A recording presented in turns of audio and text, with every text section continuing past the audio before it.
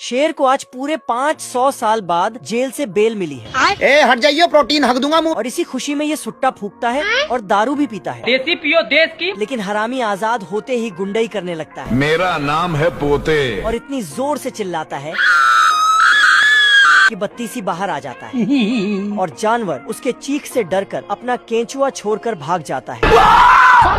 मगरमच्छ तालाब छोड़कर भागने लगता है। शुतुरमुर्ग तो जमीन में मुंडी घुसाता है और जमीन ले भागता है।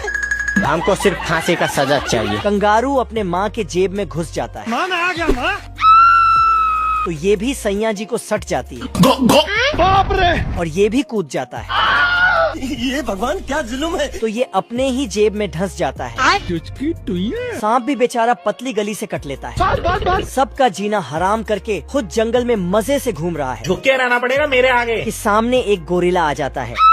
अरे दादा रे। तो ये उस गोरिल्ला को भी नानी याद दिला देता है। इस कुत्ते को अपनी ही बीबी छेड़ने के जुर्म में 300 साल की सजा हुई है। लेकिन इसने तो जेल से भागने का सारा प्लान बना रखा था। तभी दरोगा वहाँ आता है तो ये मासूम कैदी बनकर बैठ जाता है। रोम रोम भाइयों। लेकिन उसके जाते ही अपना औकात दिखा देता है और अपने जेब से एक चम्मच निकालकर चबूतरे का एक पत्थर उठाता है।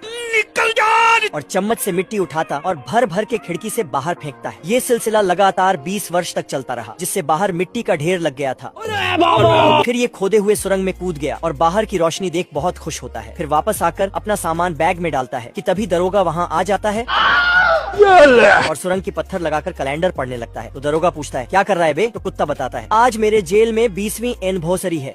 इससे दरोगा को अपनी सालगिरह याद आ जाता है और घर भाग जाता है। मौका देखते ही कैदी भी जेल से भागकर ट्रेन पर चढ़ जाता है। लेकिन इसे अभी भी पुलिस से डर था। अरे दादा रे। तो ये पास में रखे टीवी को खाली करके उसी में छुप जाता है। कुत्ता को बिल्कुल भी पता नहीं था कि टीवी कहाँ जा रहा है। तभी कुछ लोग टीवी को उतारते हैं और दरोगा जी के पास लेकर चले जाते हैं। और दरोगा अपनी शादी के एनिवर्सरी पर बीबी को टीवी गिफ्ट करने के लिए उसे घर में बीमार बुढ़ा कुछ ही देर में मरने वाला है।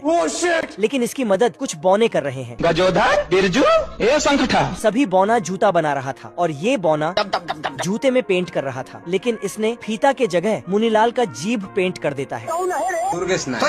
इस बौने ने जूते की बटन लगा रहा था कि एक बटन इधर उधर हुआ। ये कैसे हो गया? तो ये दोबारा से बटन लगाने लगता है। अरे दादा रे। ऐसा नहीं हो सकता। अब देख तू। फिर ये बराबर साइज में जूते को ही निपटा देता है। मुझसे कोई स्मार्ट। साला सब ठरकी मिलकर रसियन जूता बनाता है।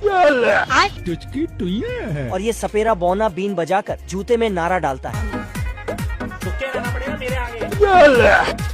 यहीं बेड पर लेटे बुढ़े ने सब कुछ चुपके से देख रहा था और ये भी उन लोगों की मदद करने के लिए जाने लगता है। लेकिन सब बौना ने